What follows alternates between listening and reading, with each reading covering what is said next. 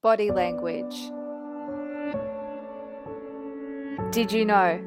Males and females aged 15 to 24 experience the greatest rate of assault victimisation.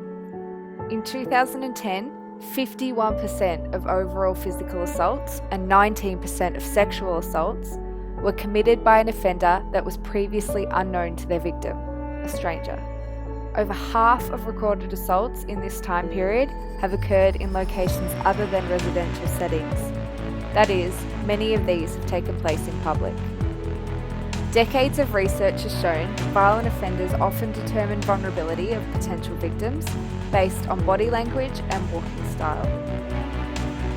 A study conducted in the US with 85 predatory rapists found that of the offenders interviewed, 66% stated that easy prey was the primary criteria for sexually assaulting a female.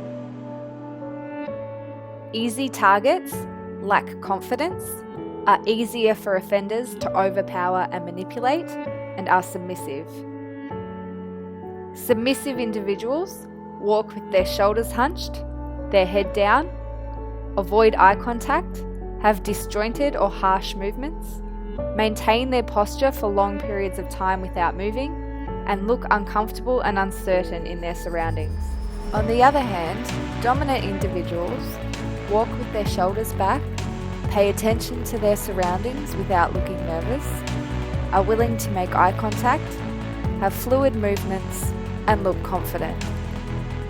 In a study by Maxwell et al., 2016, professionals working with violent offenders were interviewed. They discussed the factors they believe make someone vulnerable based on their experience. One professional said that the first thing offenders pick up on is your body language. Another participant said that offenders will think about who is going to be the easiest target so that they can get away with the crime. They will pick somebody that is not going to fight back, who will be easy to intimidate, and who will be compliant with their demands. They also stated that violent offenders are cunning and can tell by looking at someone whether they will be easy to victimise. Those that walk aggressively or look strong will be avoided. However, people that avert their eyes or look the other way are straight away thought to be vulnerable. Violence and body language, real-life cases. Stevens, 1994, interviewed rapists about their past crimes. Here are some of the offenders' experiences. Randall stated that as women walked by in the street, he would smile and ask them for information. He said that when a woman answered his question and glanced down or looked away, he knew she could be victimised. Whitney stated that if a female, quote, is not watching what is happening around her, then she doesn't know how to handle herself, how to use the things around her to hurt me or get me caught, end quote. That is the type of woman he would target. Louis said that he would target women he thought weren't going to or wouldn't be able to physically hurt him. Responsibility. Fault always lies with the perpetrator of violence, never the victim. People should be safe to behave however they choose without the threat of violence. Sadly, this is not the reality. Individuals can take steps to reduce their own vulnerability and potential likelihood of becoming a victim of stranger violence.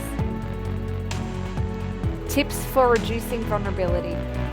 In order to avoid looking submissive, try and look confident when you move about in public spaces. Keep your shoulders back in order to project confidence. Be aware of your surroundings by occasionally scanning the area around you and not looking down at your feet. Stand up for yourself. If someone is approaching you or making you feel uncomfortable, look them in the face and let them know that you are not intimidated. If you don't feel confident, fake it until you make it.